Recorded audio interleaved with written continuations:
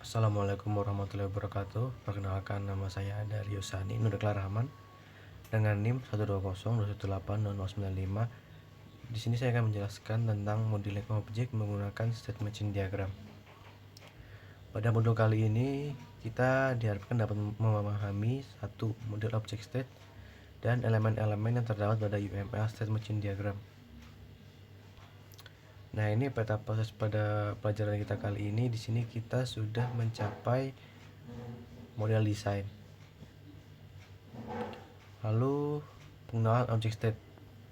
Object state memiliki dua pengertian, antara lain keadaan suatu objek yang terdiri dari kumpulan nilai atribut tertentu untuk objek tersebut. Kemudian keadaan suatu objek yang mendeskripsikan sifat dari objek yang relatif. Identifikasi elemen-elemen pada state machine diagram.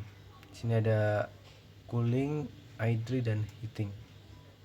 Dimulai dari start node sampai final state. Kemudian ada transisi dari state atau state transition, merupakan perubahan yang terjadi saat runtime. Di sini ada trigger eventnya, ada turn on unit, turn off unit, lalu ada guard, condition, dan action. Struktur internal pada state node. State node merupakan state dari objek tunggal pada runtime. Ini ada gambar lalu ada entry, exit, dan do. Entry itu event yang menentukan tindakan saat masuk ke state, lalu exit adalah event yang menentukan tindakan saat keluar dari state, dan do adalah event yang menentukan tindakan yang sedang berjalan. Kita juga dapat menentukan event yang spesifik dengan tindakan yang sesuai. Lalu sini ada complete HVAC state machine diagram. Sini ada gambar juga cooling, idle, dan heating.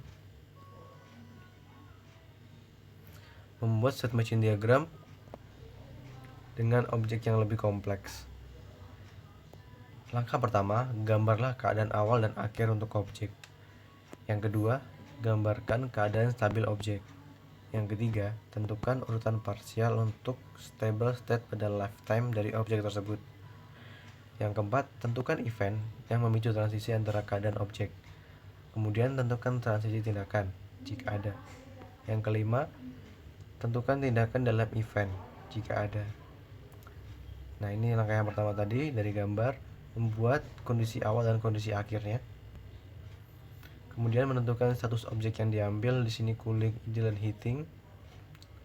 Lalu tentukan urutan parsialnya, panah-panahnya seperti apa ditentukan.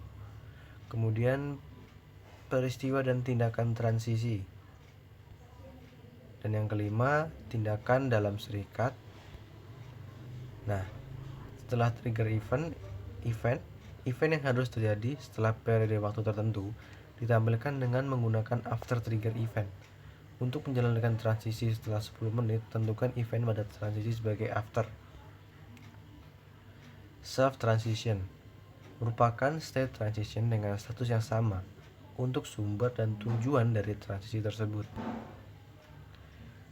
Kemudian ada junction. Pada UML, junction dapat digunakan untuk menyederhanakan diagram dengan memecah transisi menjadi beberapa bagian. Dengan demikian, dapat mengurangi duplikasi trigger event, guard, dan action. Di sini ada contoh untuk menampilkan urutannya. Nah, sini contoh yang lebih lengkapnya. Di sini ada contoh stack tanpa menggunakan junction dan equivalent stack menggunakan junction. Lalu ada choice. Pada UML, choice digunakan untuk menyederhanakan diagram dengan memecah transisi ke beberapa fragmen, sehingga dapat mengurangi duplikasi trigger event, guard, dan action. Choice juga dapat menggunakan dynamic evaluation pada guard setelah bagian-bagian dari transisi sebelumnya telah dieksekusi. Nah, sini contohnya menggunakan junction dan menggunakan choice-nya itu sendiri. Nah, kesimpulan, sebuah objek dapat memiliki sifat yang unik. State machine diagram menyediakan mekanisme untuk memodelkan keadaan dan transisi dari suatu objek. Terima kasih. Assalamualaikum warahmatullahi wabarakatuh.